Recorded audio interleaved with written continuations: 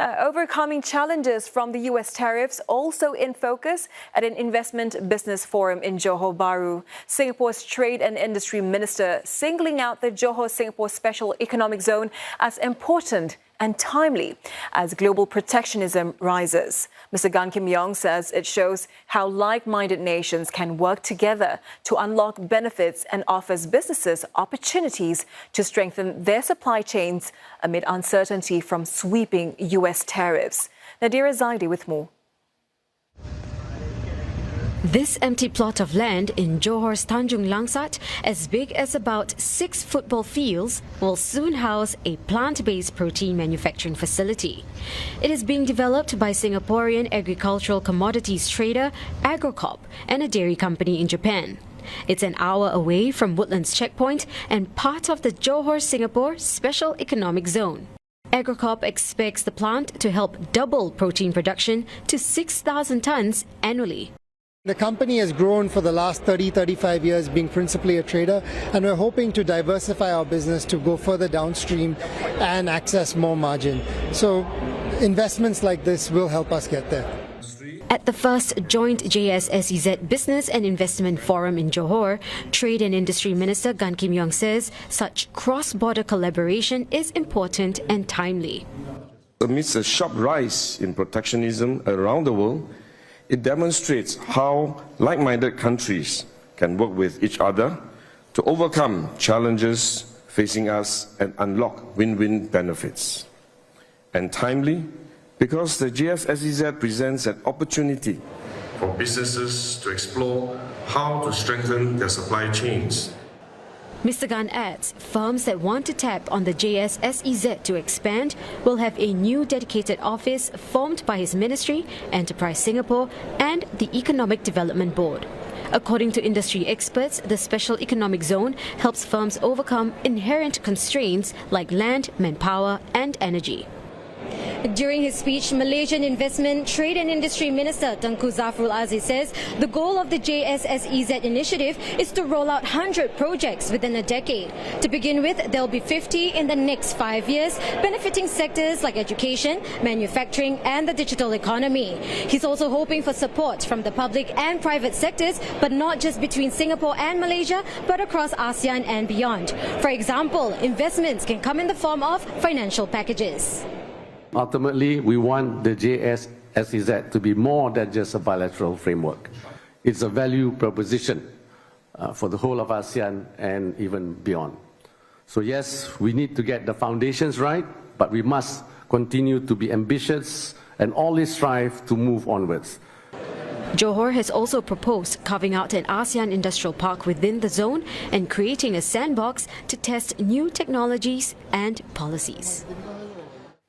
And for more, I'm joined by Sumit Agarwal, Professor of Finance, Economics and Real Estate at the NUS Business School. Professor Agarwal, we heard from Mr. Gan saying that the Johor-Singapore Special Economic Zone is important and timely. How will it help firms face uncertainties caused by the U.S. tariffs?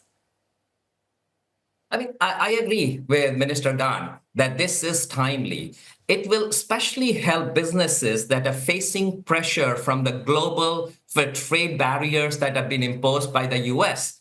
And this will allow them to find a place near Singapore, using Singapore as the base, but also using Johor, which may provide cheaper labor and cheaper supply chains. So it will kind of marry these two things and allow these businesses to flourish in this SEZ that is being created. This was discussed at a joint business and investment forum held in Johor today, attended by more than 800 stakeholders. What is the significance of the event?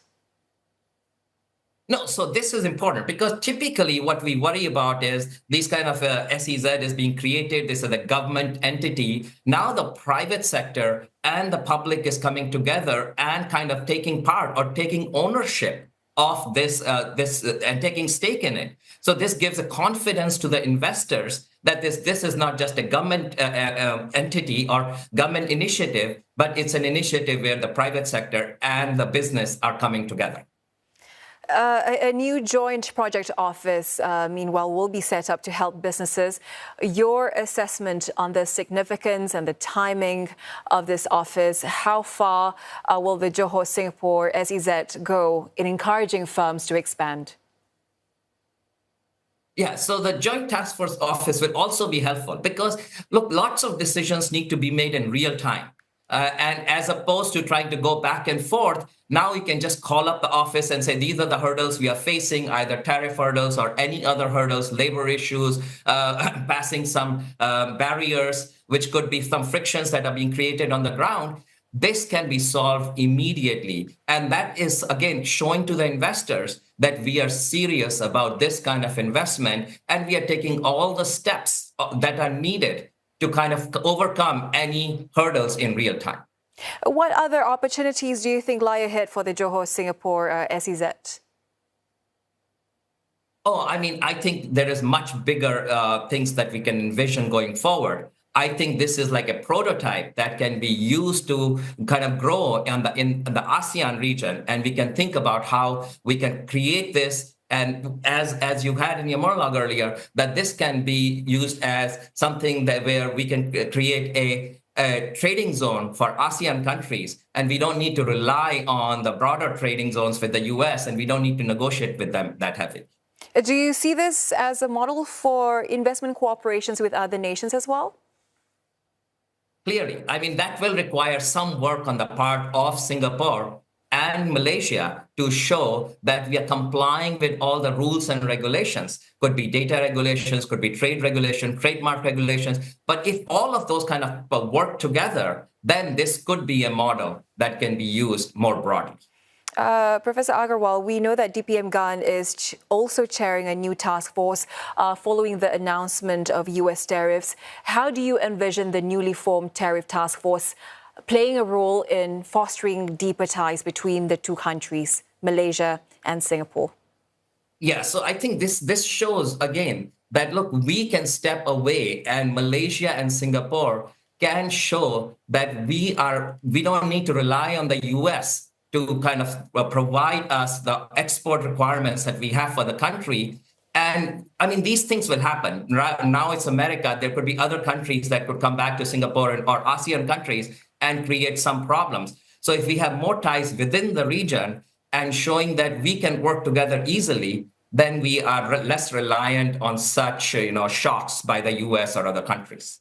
All right, Professor Agarwal, appreciate your insights this evening. Thank you so much. That was Sumit Agarwal, Professor of Finance, Economics and Real Estate at the NUS Business School. Thank you.